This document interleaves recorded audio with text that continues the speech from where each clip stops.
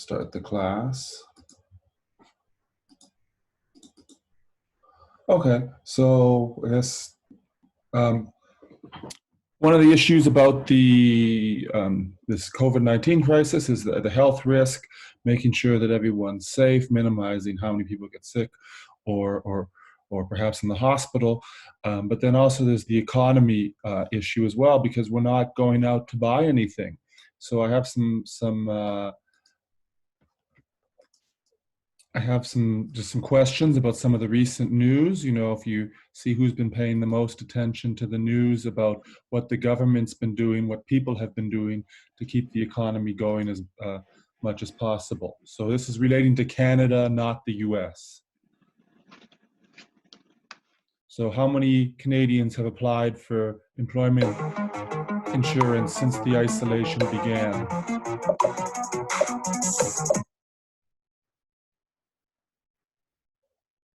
Is it 500,000, a million? Yeah, so it was 1 million this week, 2.1 in total. So that's quite a bit. And we'll see, guess how much it is.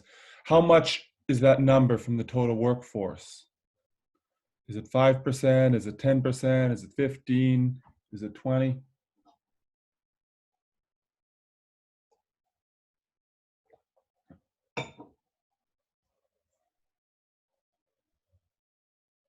Yeah, so that's that 2.1%, 2.1 million is 10% of everyone who could be working.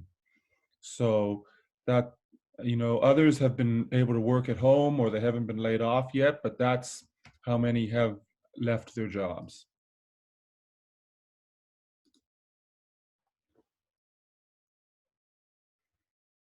So the Canadian government, the Canadian Emergency Response Benefits, what is it willing to do? Is it 1,000 for 4 months? Is it 2,000 for 4 months? Is it 1,000 for 2 months? Or is it 2,000 for 2 months? How much can Canadians get from the government? Yeah, so for up to 4 months, they can get $2,000. And again, that's so you can pay your rent, buy your food, and continue to put money into the economy. So we have Royal Deer and Joyful Bobcat are leading. So it's estimated some people won't be covered. How many people will not be covered according to the estimate? 20%, 25%, 33%, 40%? You might have to guess this one.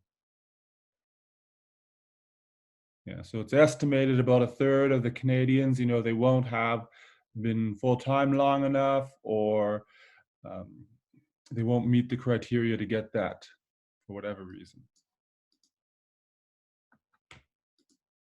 Okay, so next question is, what percentage of salaries will the government cover? They've been offering a top-up. Is the top-up, you know, 75%? Is it 60%? Is it 50%? Is it 45%?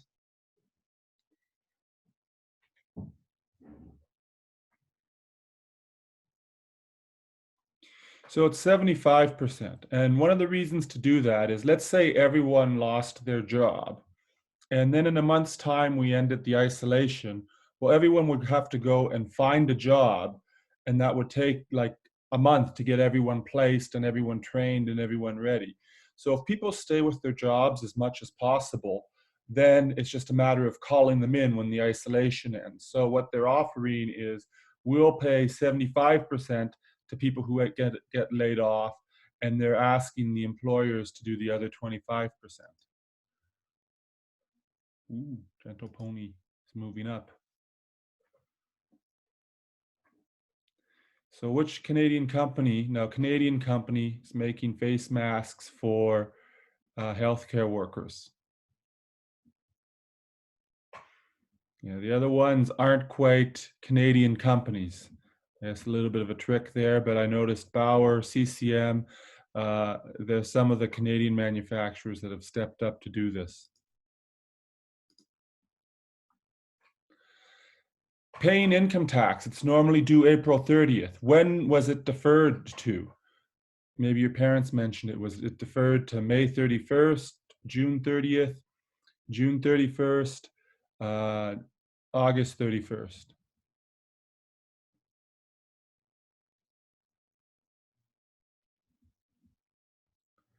So it was deferred till the end of the summer. So that if you owe the government money, that means you can keep that money now and use it to spend money, to buy things. Also, it's a very stressful time for people. So the idea is let's not add to the stress, by making them do their taxes. Let's let this wrap up and then the taxes can be due afterwards. So businesses, they owe that HST, that 13%, and the first quarter has been deferred. How much do you think that's going to help the economy? That's money that doesn't have to be paid to the government. So is it going to leave an extra 1 billion in the hands of business?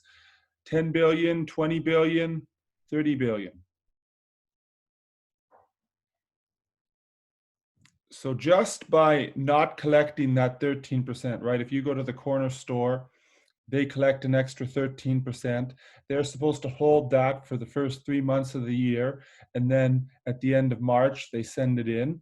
So just by deferring that, it's estimated that that'll leave an extra, that there's $30 billion in HST that was collected in the first quarter. And the government's saying, let's keep that in the hands of businesses for the time being.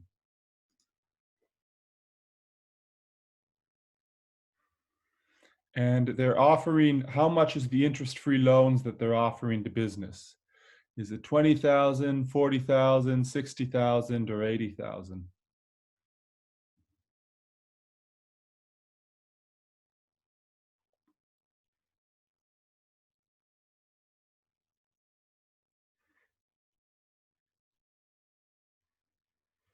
Yeah, you can get a $40,000 interest-free loan, and some of it can be forgiven. So who's our podium?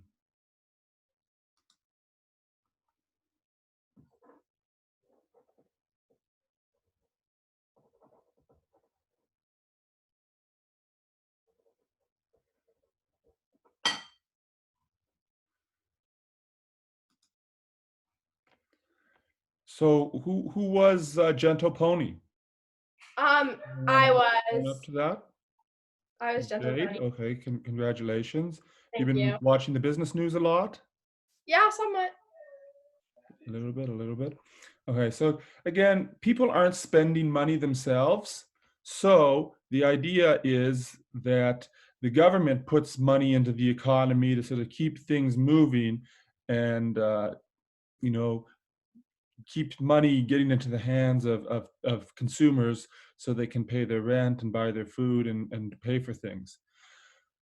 Okay, so last class we talked a little bit about production and manufacturing, and again, I think it's important that governments can not governments, the companies can make things that are of a high quality, that are cost effective, and they're consistent, right? Like if someone's iPhone works totally different than their friends, that's not consistent, right? So Apple needs to make things that are of high quality, that doesn't cost too much to produce, and the whole product line needs to be consistent.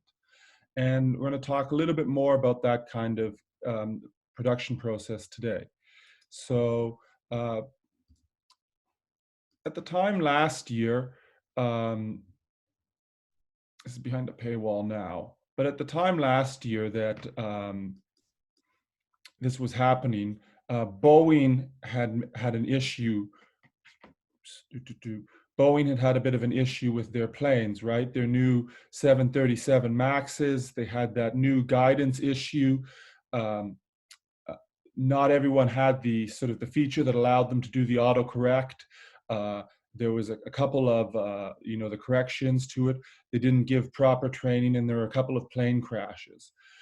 What ended up happening was they went to the Boeing production factory in North Carolina and they looked into it, and they found that there was the planes weren't properly cleaned before they had left the facility, that some safety inspections, checklists weren't being done, all the steps weren't being completed, and the net result was there was a plane that was possibly unsafe. So this would be really bad case scenario, something that costs lives.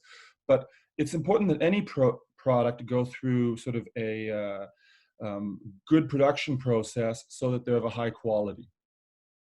So if you wanted to get the, from the classroom, if you wanted to get the handout for the production process and you wanted to go to File, Make a Copy, you can edit this yourself and you can fill in the blanks. This time I'll try to spend a little more time going through some of the definitions. So the production process, and there's 4 stages of it. And basically that they, all products are going to go through this.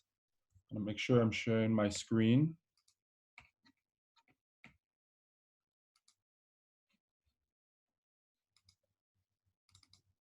Again, sorry for any of the technical issues. I'm still working through Zoom like all the other teachers. So we're going to talk about the production process that's going to have 4 stages to it.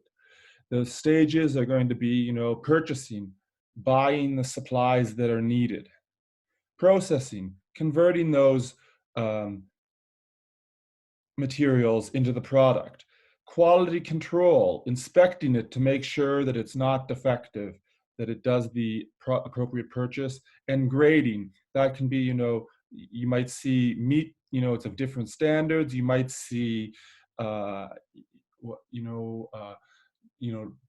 something's of different sizes, maybe like someone's getting tiles for their bathroom and, there's 4 different kinds of sizes. That would be the type of grading, sorting it into categories that the consumer wants. So if you go and watch this video, I won't show it for everyone, they're making Lego.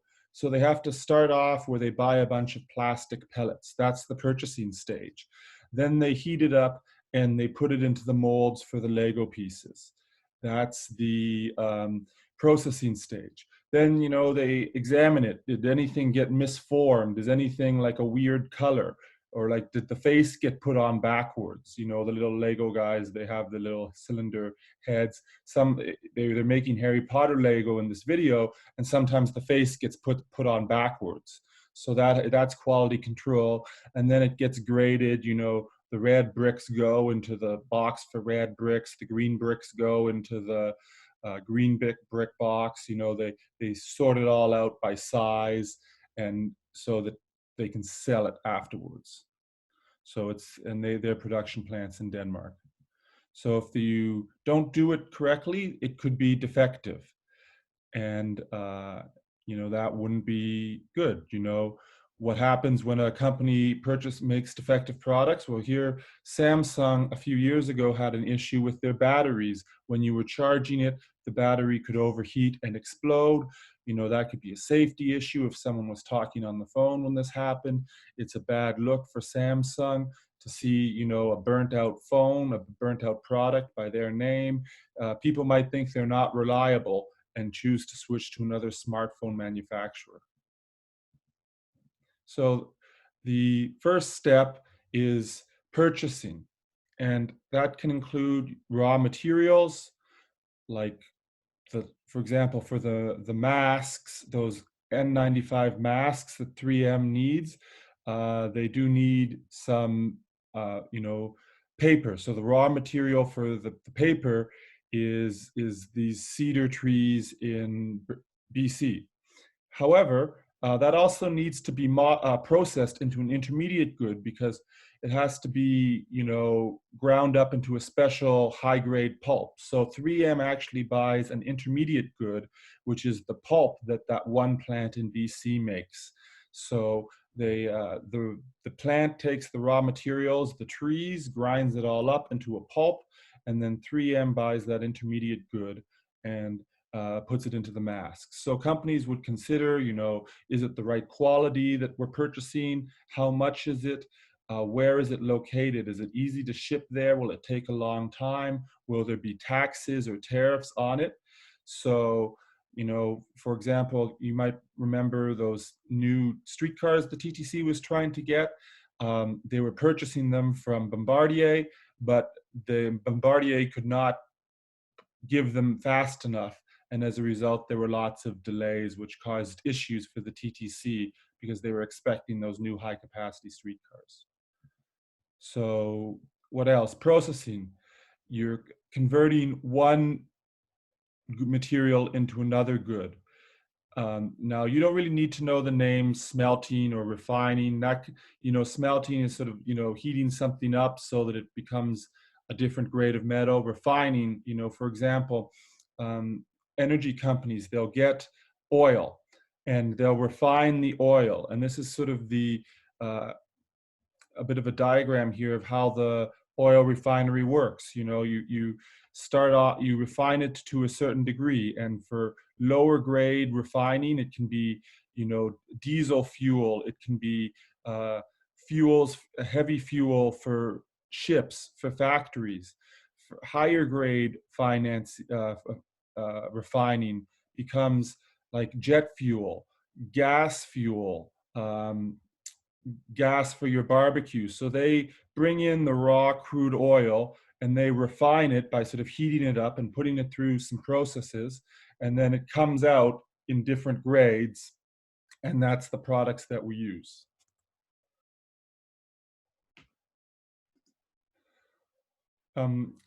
Just pause now. Are there any questions about what we've done so far? Okay. I'm going to continue, and you can stay in the end if you want. Share. Okay.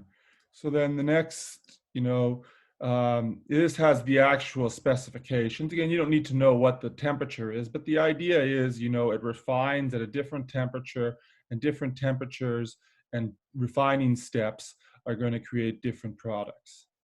So then we have quality control, testing to inspect goods to see that they meet standards. So you'll see an automotive plant.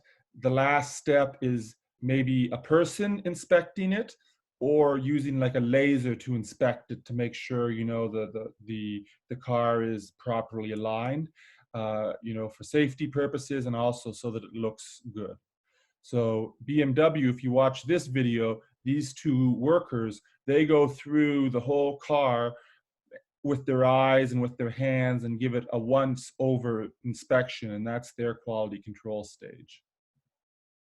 So I thought I had a card for grading somewhere, but maybe my presentation's a little out of order. So some trends that might be happening. So one of them is the International Organization for Standardization, or it's ISO. What you need to know is if you're in Canada and we're like, you want to be able to know what you're getting if you order from overseas. Now that things are global and we're getting things from all over the world, it's good to have it's good to have like standards, like, that, okay, if I order this product, it's going to have this size, it's going to have this specification, it's not going to be, different. Like, you don't want it to, if we're talking about right now, we're talking about N95 masks for medical workers. And you don't want like masks that are in Canada, N95 means one thing. In Europe, N95 is a higher quality. In South America, N95 is a lower quality. You want to just be able to pick up the phone and order N95 masks. The idea is ISO gives everything a number, so you can order that product right away and you know exactly what you're getting. And this is good for globalization, so that you don't, you can easily order something, if that makes sense to you, giving things a number. And so grading. Again, it's just checking products for size and quality, so you know what you're getting. You're getting what kind of groceries. This example, they have carrots. They're making baby carrots. So they ground up a bunch of carrots, and then the machine has to grade them from small to medium to large. And then when you go to the grocery store, you can get the size snack that you want. And that's sort of the idea about grading. That's the final step. And also when they do that, they remove the carrots that have weird shapes. So just be aware, you know, we want to be productive when we're making things, you know, so the companies are always going to be looking for ways to improve their productivity. You know, making more more products in less time, or taking the same amount of money to make more products. So this was a bit of a sitcom video. You know, it shows that these two people, Lucille Ball and her friend, you know, they're working in the chocolate factory. They're not quite properly trained, so that when the production ramp is increased, they can't really handle it. So again, you know, businesses want to be able to uh, want to be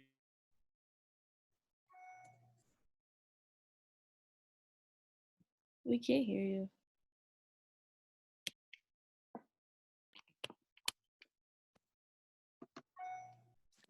I think you're muted, Mr. Borges. Yo, you muted your mic, huh? Yo, how you trying to mute your mic in the middle of class?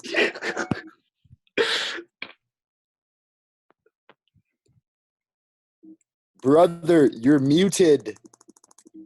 Yo, you muted your mic. Mr. Borges, your mic is muted. Yo, buddy. Holy fuck.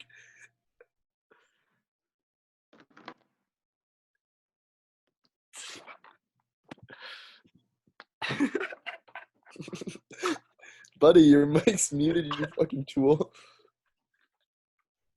Mute the mic.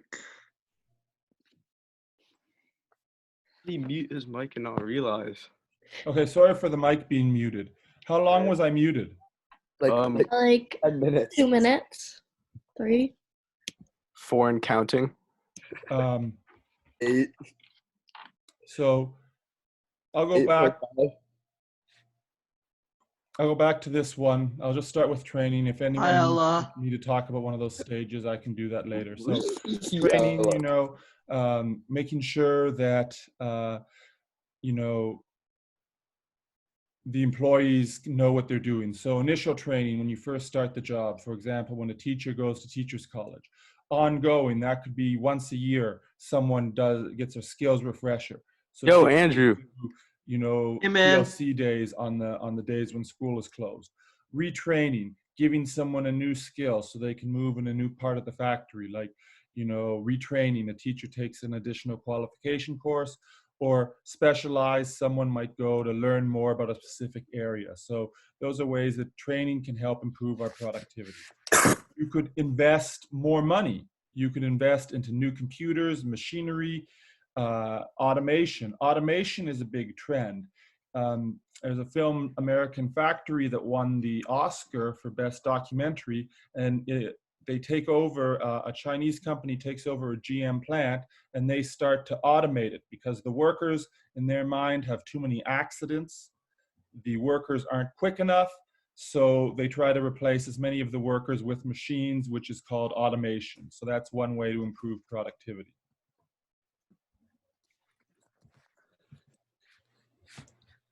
And that's how you can watch Theodore. a clip of the Ferrari factory if you want.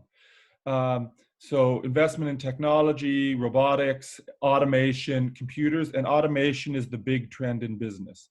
Businesses are trying to automate their processes so that it's more accurate, it's quicker, it's more consistent. And so that's one reason some people might be losing their jobs in the next 20, 25 years in North America, is automation. You know, just a term, you know, so you make it, you store it in your inventory. Sometimes there can be inventory shrinkage. You know, if something goes bad, you know, food, if it's stored too long, it'll go bad. If there's not good controls and someone is you know, stealing a little bit of finished goods themselves, if things are misplaced and then they can't be sold. So one way to improve productivity is to better manage your inventory so that there's none of that shrinkage. And if you're taking accounting next year, there's actually a term, inventory shrinkage, which is caused after something's been produced, but they don't properly look after it, and it kind of disappears from the inventory. And it is natural that there'll be 1 or 2% of the inventory each year will,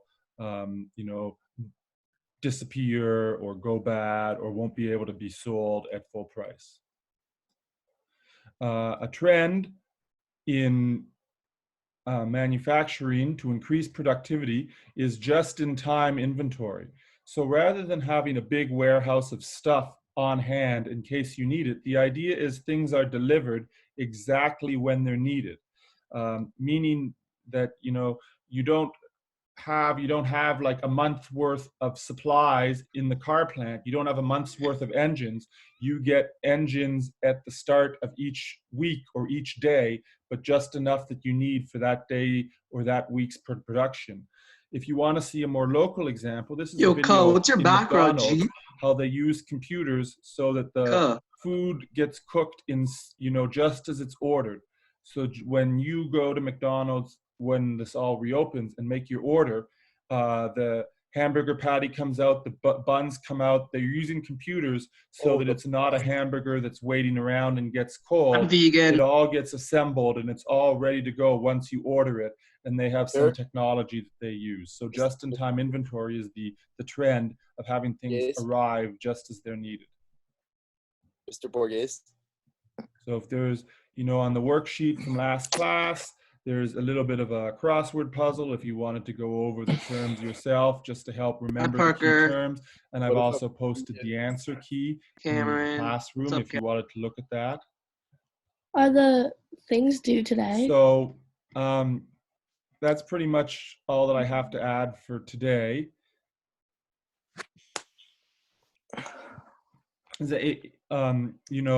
If you have time, go to that How It's Made video and, try to list the factors of production and the production process that you've seen. If you have any additional questions, you can in the chat and ask me.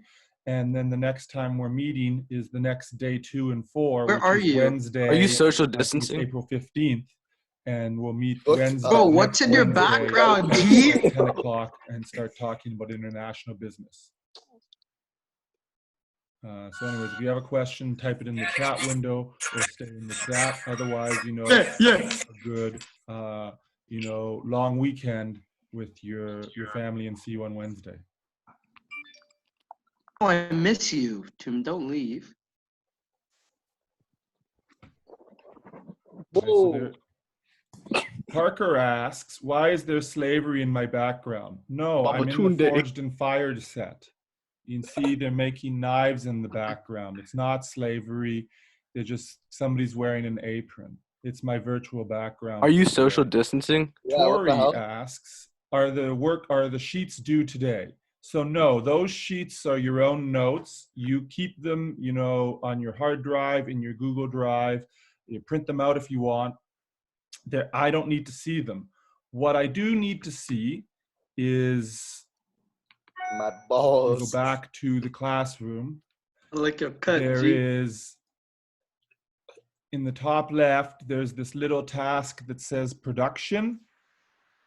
And it's asking you to, go to the How It's Made video, list the factor of production, and list the production processes. So no handouts, but do this activity. Okay. Stop sharing. Oh, thank you, Parker. I don't know. It kind of looked the same. Been looking the same every day for the last. Parker, you're sus, kid. Okay. Brock's a love him on. Brock, you love him on. Does anyone else have any questions? I like your glasses.